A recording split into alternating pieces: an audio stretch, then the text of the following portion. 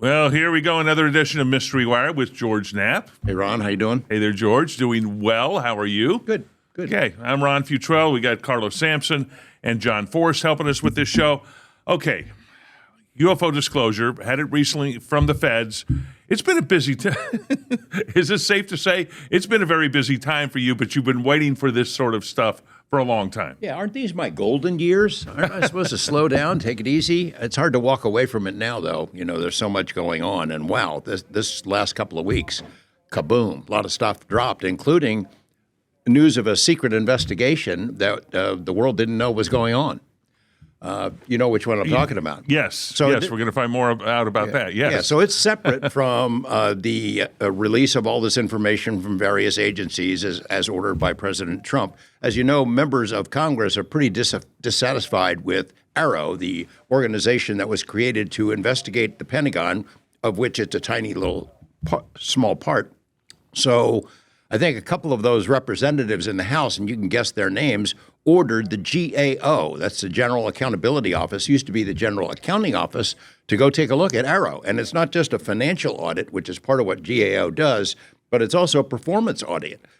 So I got this word about 2 weeks ago. We were talking to a military guy that I've known for a number of years, and he relayed information that these two investigators from GAO had been to his military base. They told him that they were investigating about UFOs, not only whether he had seen any, whether anyone else at the base had seen any, but whether they had interacted with AARO. They want to know what kind of job AARO is doing. And I think Congress has good reasons for doubting how they do. Well, these two agents who came out, both females. The alien girls are being called now. Yeah, they're being called the alien girls now. I was going to break that story here in the next couple of days, but some of it leaked out. The cool part is they have been to now 16 military bases, gathering information, presumably about AARO and its performance or lack thereof. And one of the bases, the 15th base on that list, was Nellis, suggesting that they were here talking to people, pilots maybe, who had seen UFOs. We're still going to get more information about that, but I hope those two agents go out and copyright the term alien girls, because there's a movie there ready to be written. Yes, Spielberg has his disclosure coming out later this summer. Alien girls follow at some point. Okay, so let's show you some of the video that the government disclosed a couple of weeks ago as the time we're doing this.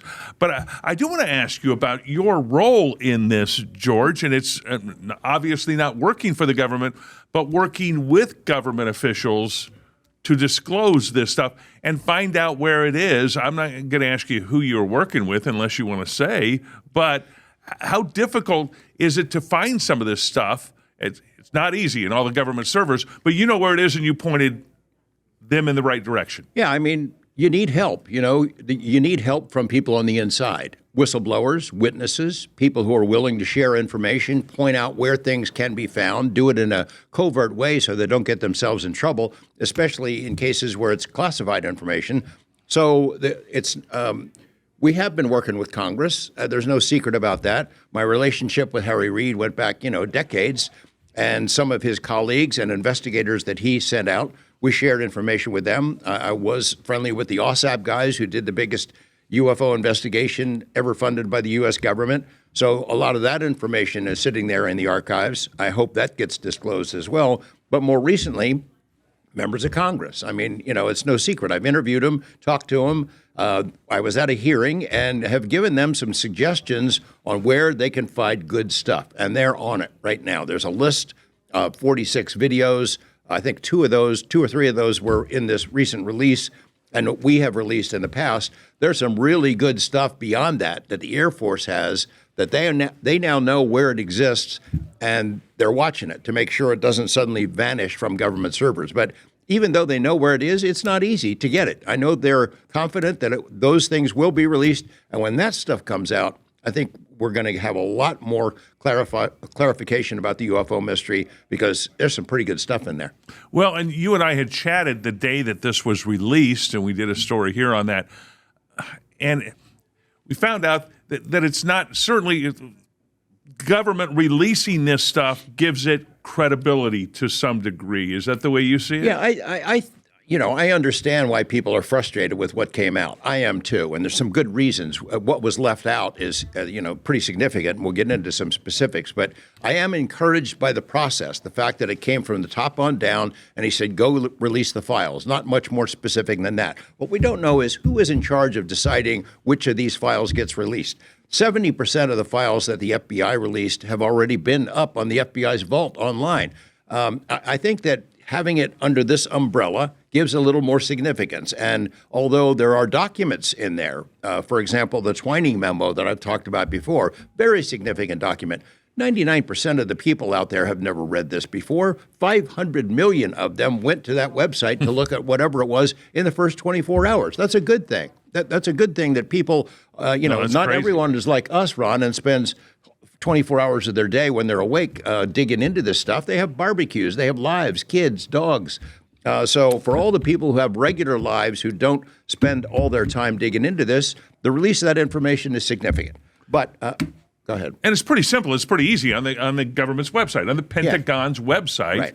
In UFO, they have a file there. You can go and anybody can access them. And it seemed very simple that President Trump said, "We're just going to release it out there, and you guys decide for yourself." Yeah. He wasn't giving an opinion. He's not saying that it's 100% true and what these are, just that they don't know. Yeah, well, it is what Representative Burleson characterized it as low-hanging fruit. I mean, this stuff has been stashed away, the really good stuff, for 80 years. So digging it up and suddenly authorizing its release is not easy. And I think the significant point is this. I am pessimistic in the long run about what we would call capital D disclosure. They're never going to release that stuff. Never. I mean, anything short of the government saying, we've got crash saucers and we've got alien bodies and here's some pictures of it, is not going to do it. It's not going to satisfy the public, certainly not the UFO public or the people who follow it closely, and that is not going to happen. But if the releases continue and you start getting more and newer stuff, things that can be actually investigated by the public, by science, I think that we will have a better picture, big picture, of just how much data the government has been hiding all these years. So you're saying you don't see them wheeling out the sport model halftime of the Super Bowl and say, here's what Bob Lazar was talking about. Or maybe probably not going to happen. Yeah, or maybe at the UFC fight on the White House lawn, they could have wheel out the alien bodies or something. I doubt that's ever going to happen. But I am thankful for the process. I'm glad it happened. I'm glad they at least started it, and I hope that they continue to release more and better information. But this stuff just didn't cut it, and there's some very good reasons why the public should be angry. Okay, a lot more to talk about when we come back. We've got Gemini 7 astronauts talking about seeing a bogey, and also a chandelier video called the Chandelier Video. You released a couple of years ago the photo of it. Now the video's out. I want to get your thoughts on that when Mystery Wire returns.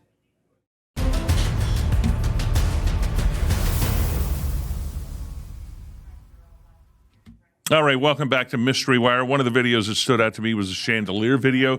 You had photos of that a couple of years ago, released the photos. Now we see the video of it moving about. What are your thoughts now as you see that? There's a trail behind it, too, that's sort of interesting. Yeah, so all we had in 2024 when we first made it public was a freeze frame, sort of one. That's all that somebody would risk putting out. But we were told that there was a video, and now it's out there. And you can see it moving around. And there's been a great attempt to debunk it. It's a flare that's on a parachute.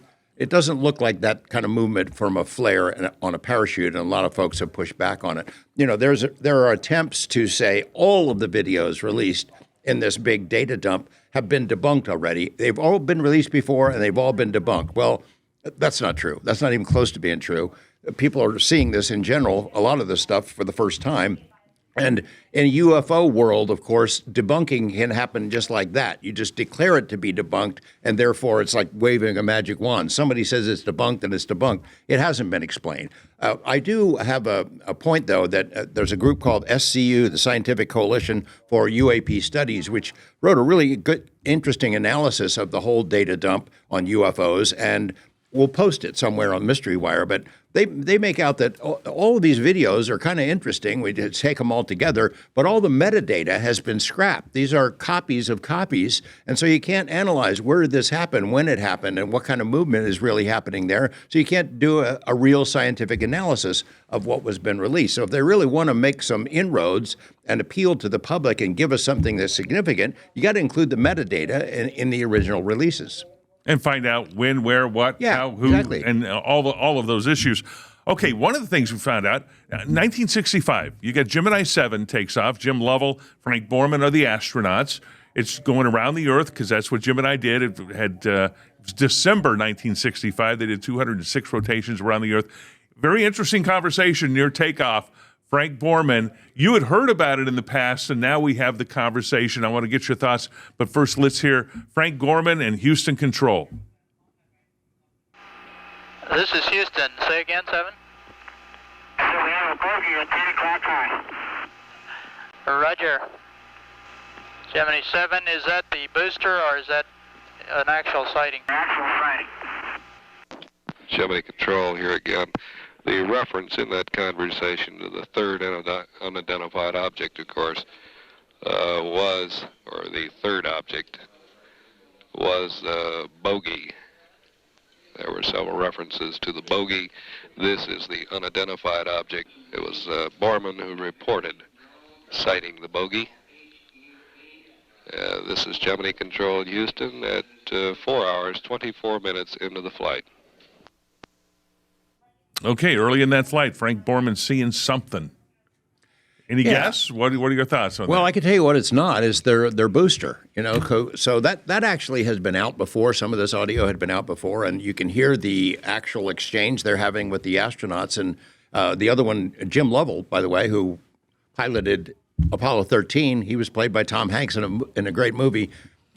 They saw what they described a bogey at 10 o'clock, and we don't know what it is. We still don't. That had been out before. Now the fact that it's been re-released in this data dump brings new attention to it and hopefully some new analysis. I'm sure that there are reports and papers that go along with the release of the audio there that could allow to shed further light on this thing. And the new attention, I hope that's an example of how it might work. That's been out there before. And now I think the fact that it draws attention to NASA and how NASA has handled the UFO issue over the decades is important because NASA, supposedly a civilian organization, has acted as an appendage of the Department of Defense all these years. They're worse than the DOD in terms of keeping UFO secrets. They dismiss any kinds of astronaut reports, and there are a bunch of them in the files.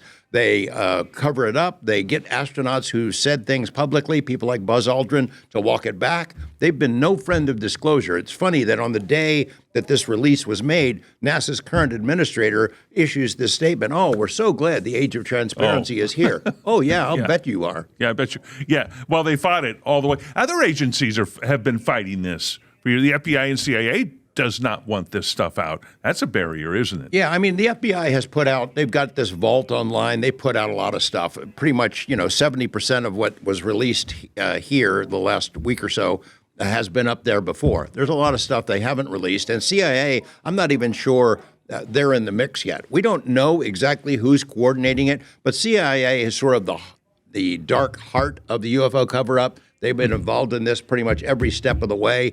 And I think that you're going to have to pry their UFO files from their cold, dead, icy fingers before they release them. But so it's not enough. I mean, we think it's enough for the president just to say, okay, show us what you got and release it. But it ain't that easy. Yeah, well, let's see. There was a real interesting flap this week about CIA testimony before Congress from a longtime CIA guy who went to work for ODNI, the Office of the Director of National Intelligence, Tulsi Gabbard, saying that while they were conducting their own investigation of old files and sensitive topics, CIA was spying on them. They were spying on whistleblowers who had come forward to the DNI, to Tulsi Gabbard, and to give her information, and they were tapping their phones and hacking their computers. And they raided her offices and took records. I think the raid story is a little exaggerated. Okay. That's the story how it came out. They walked that back. They do have a bunch of records that it's questionable whose provenance it really is. Let's go back to the moon when we come back here on Mystery Wire. and talk about some of the stuff that Apollo astronauts saw while they were there and show you some of the pictures released.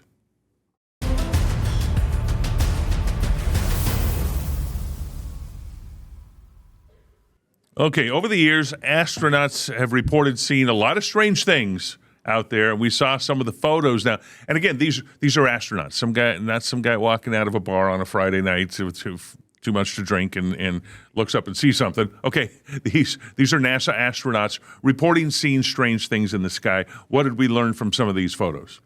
Well, there's something weird and sparkly in the surrounding the moon, and several of astronauts have seen them. The last two guys to walk on the moon, one of them was Dr. Harrison Schmitt. He's a geologist, became a U.S. senator. He became part of the NIDS advisory board. I met him at the first meeting of the NIDS advisory board. He's one of the guys that saw this. Now, NASA's explained it away as debris or something like that, but they've been seen multiple times by astronauts on different missions, including, I think I read this, Artemis 2 that just made the circle around. Yeah. They saw some sparkly stuff on the side of the moon. So maybe it's plasmas. I don't know what it is, and I'm not sure anybody else knows what it is, but there's something up there. Buzz Aldrin has made public statements in the past that said, we were followed on our way to the moon by something. And then he kind of walked it back. Buzz Aldrin has made some other pretty startling statements, such as there's a giant obelisk of some kind on the surface of Mars. Then he walked that back, too. If I could interview anybody about the NASA knowledge of UFO and weird stuff in space, it would be Buzz Aldrin, but I'm not sure he's going to return my call. May not at this point, but let's go. We got about 10 seconds here. Sure. Put a base on the moon? What are your thoughts on that? Should we at some point? Oh, absolutely. Yeah. Absolutely. No, I think it'd be a good thing. Well, to just explore a lot of this stuff. Unless somebody's already there and have claimed it. Then we can meet them. Okay, when we come back, I want to talk about a new movie that's out, a documentary that George is prominently in, when we return.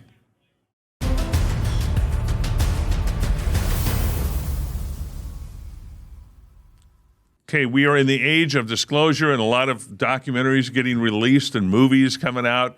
And one of your buddies, Jeremy Corbell, I heard him on a podcast talking about Sleeping Dog. Tell us about this. The director is Michael Lazovsky. He's also the editor for our podcast, Weaponized. I don't want to give too many plugs in there, but it's his film. Jeremy just sort of turned over his video archives to Michael, and he created this project. And I saw it for the first time in a theater in Southern California about a week ago. It's emotionally powerful. I think the main focus is the risks that journalists take in trying to get information out to the public, in particular dealing with whistleblowers. Now, I know the general public in UFO world will say, come on, whistleblowers, come forward, spill the beans, where are the alien bodies? They wouldn't dare prosecute you. Well, whistleblowers don't feel that way, and they face real consequences, those who have come forward. We had the CIA witness that was testifying this last week about CIA monkey business spying on ODNI. They were spying on the whistleblowers. They hacked their phones. A lot of these guys who have come forward that I've been in touch with for a number of years face real consequences. They can't work anymore. They can't get a clearance anymore. They get fired from their jobs, and they're a pariah. There's all kinds of ways that pressure are put on them, and the film Sleeping Dog gets into that, what the risks are for those who have the courage to come forward. It's a heck of a ride. I think it's number 5 on Amazon right now. Already? That's where it's airing. Yeah. Right. So the premise of the title: just let sleeping dogs lie, and Yeah. just leave it alone. Yeah. Don't bother with it. Yeah. If you lived that from day one, we wouldn't be where we're at. Well, we wouldn't have the show. We wouldn't have the show and wouldn't be here. So thanks so much, George. Thank you for watching Mystery Wire. We got a lot of episodes you can see online. Bye for now, everybody.